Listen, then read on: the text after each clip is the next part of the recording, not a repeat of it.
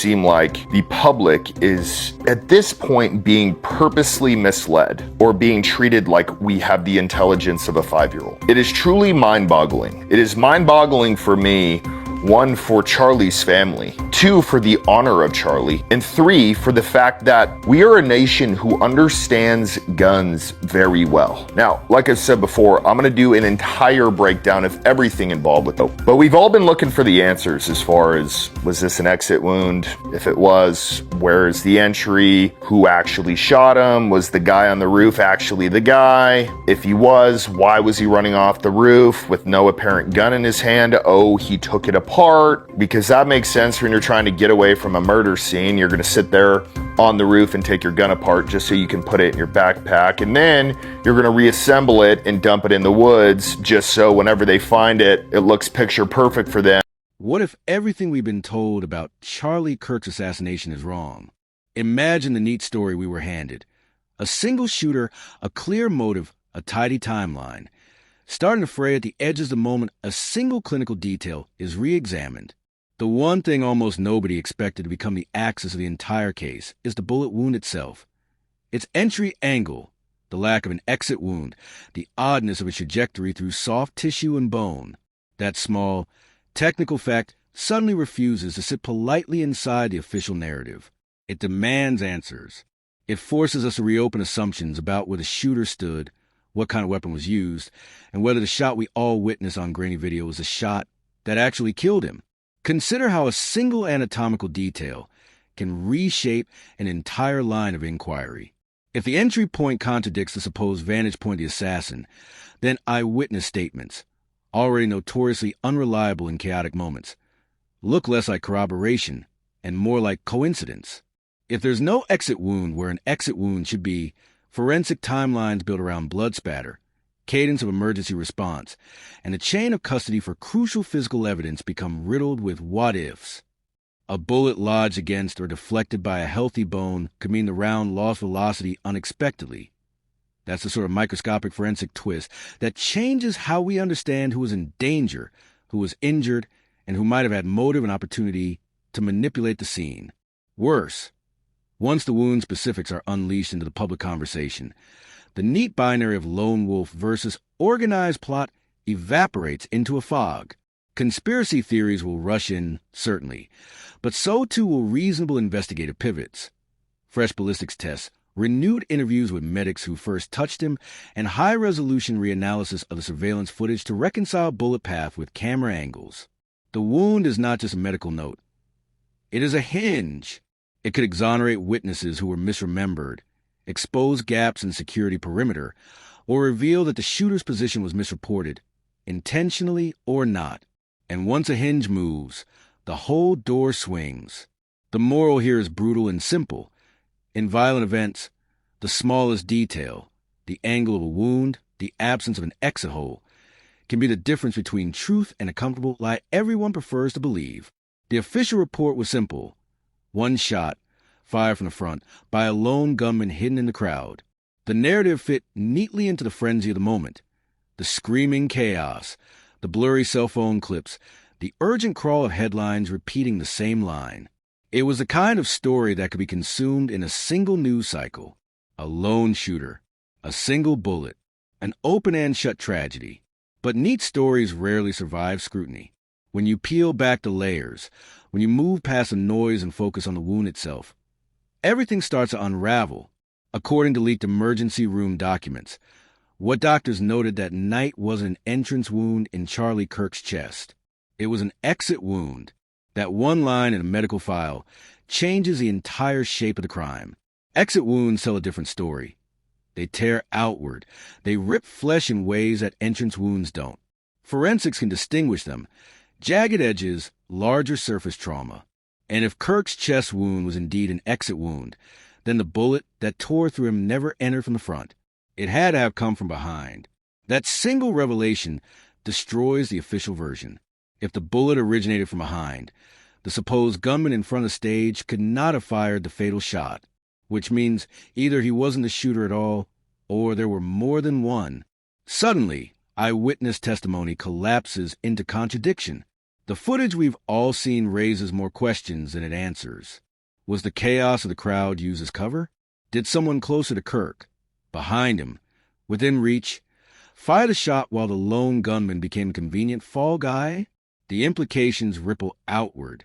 Security protocols, once thought airtight, look suspiciously porous.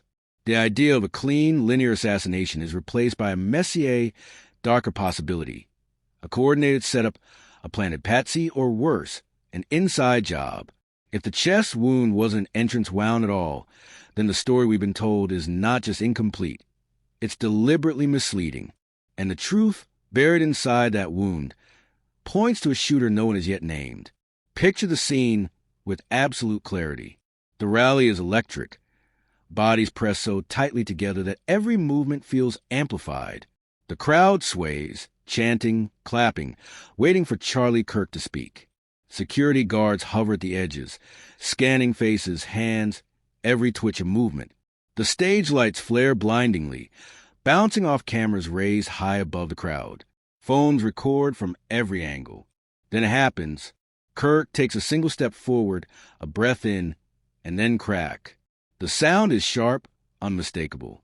For a split second, the entire room holds its breath before it fractures into chaos. Panic erupts.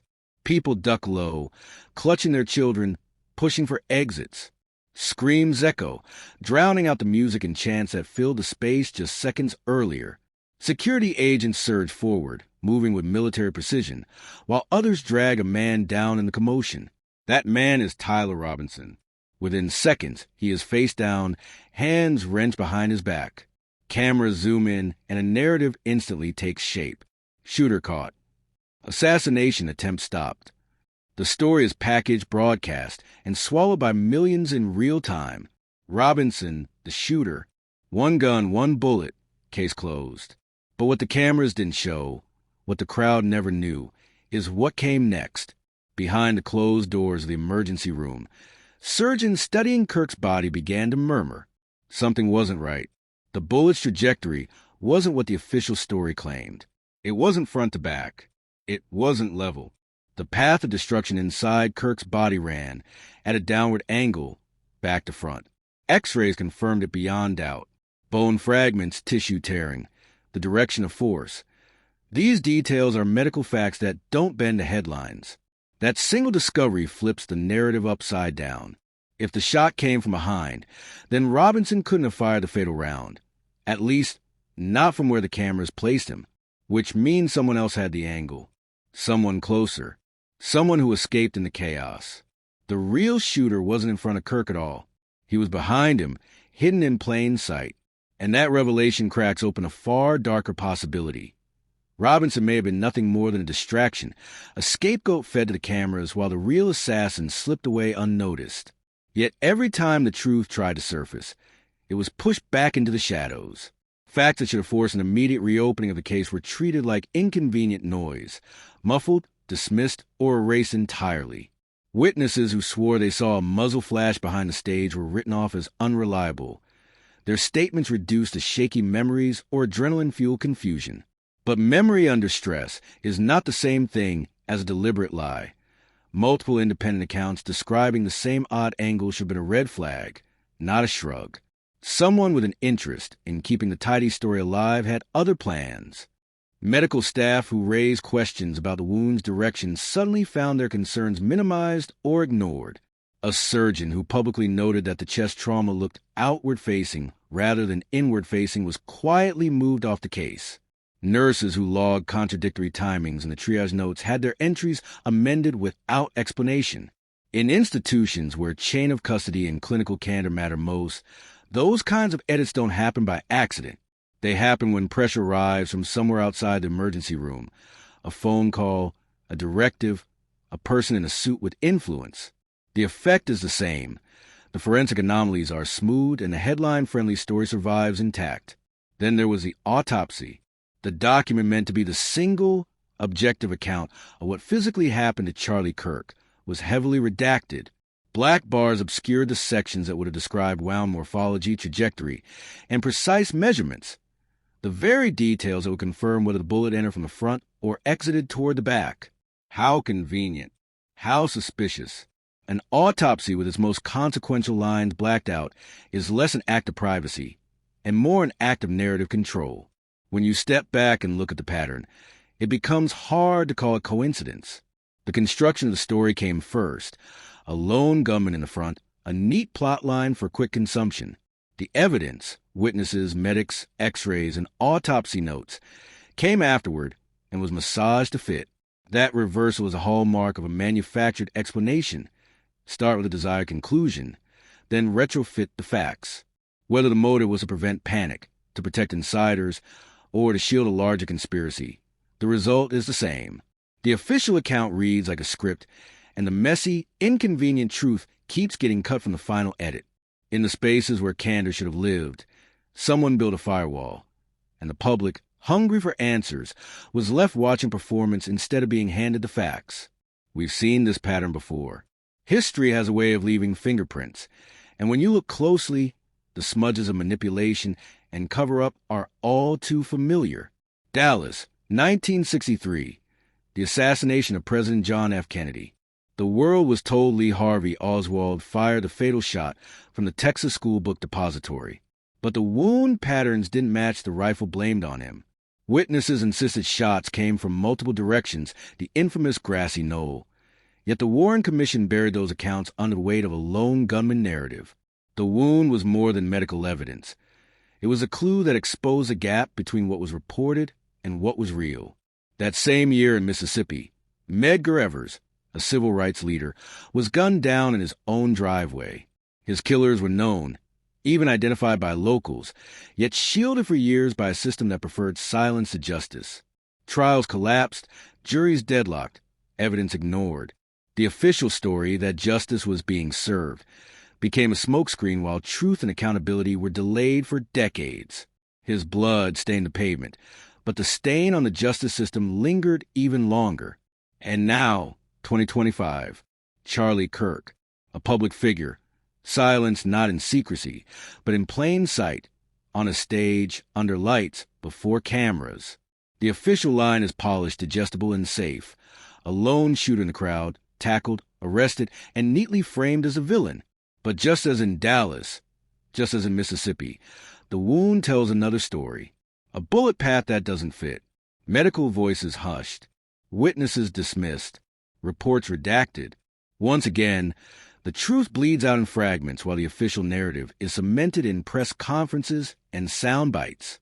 It's a cycle we've seen for generations. Assassinations turn into simplified scripts with the messy, uncomfortable facts buried beneath layers of official statements. The pattern doesn't just echo, it roars. Kennedy, Evers, Kirk, different names, different decades, same design. A story crafted first, evidence bent second, and a public left to question whether justice ever had a chance of surviving the moment the first shot rang out. Think about it again, slowly. If the fatal round didn't originate in the crowd, then some person with proximity and access was standing behind Charlie Kirk when the shot rang out. That is not a throwaway detail. Behind a stage is a curated zone. Handlers, tech crew, camera operators, advanced staff, and the clothes and security team. It's a narrow, semi-private corridor where bodies move with purpose and familiarity. Whoever occupied that space at the crucial moment had far more control over the geometry of the attack than a lone figure lost in the press of the audience ever could. Ask the hard questions. Was Tyler Robinson ever intended to be anything more than a live distraction? Think about how quickly the cameras found him, how instant and unanimous the narrative became. Shooter captured. A perfect visual. One man flattened, cuffed, and framed as the perpetrator, and millions of viewers' instincts locked onto a single, comforting answer. That's the exact human reaction a perpetrator would want. A scapegoat to absorb attention, suspicion, and crucially, the immediate pressure of public outrage. While everyone looked at Robinson, the real mechanics of the assault, the angle, the shooter's position, the chain of custody for the evidence, could be manipulated, obscured, or erased. So who orchestrated that misdirection? The question opens into a darker topology. Orchestration implies coordination. Access granted to a shooter behind the stage. contingency plans to deploy a scapegoat, and a rapid response narrative machine ready to fold the messy facts into a tidy storyline. That level of planning points to people with resources and motive, insiders who understand security routines, operatives who can move through restricted zones without raising suspicion, or political actors who have everything to gain from silencing a high-profile voice. The point isn't to leap to a final accusation, but to highlight the pattern. Access plus opportunity plus immediate narrative control equals a plausible engineered outcome. This is not merely about the death of one man. It's about the architecture of truth in public life. Who decide which facts will be released and which will be buried under redactions and spin? When evidence can be reshaped to serve a preferred storyline, control shifts from the realm of justice into the realm of storytelling. And the storytellers hold all the cards. If the bullet truly came from behind, then the public was handed a version of events that may have been manufactured before the first medical note was filed. Until every redaction is lifted, until witnesses are heard without dismissal, until the autopsy is released intact, one question will hang over every press conference, every edited clip, every official statement. Not just who pulled the trigger, but who had the power and the motive to rewrite the truth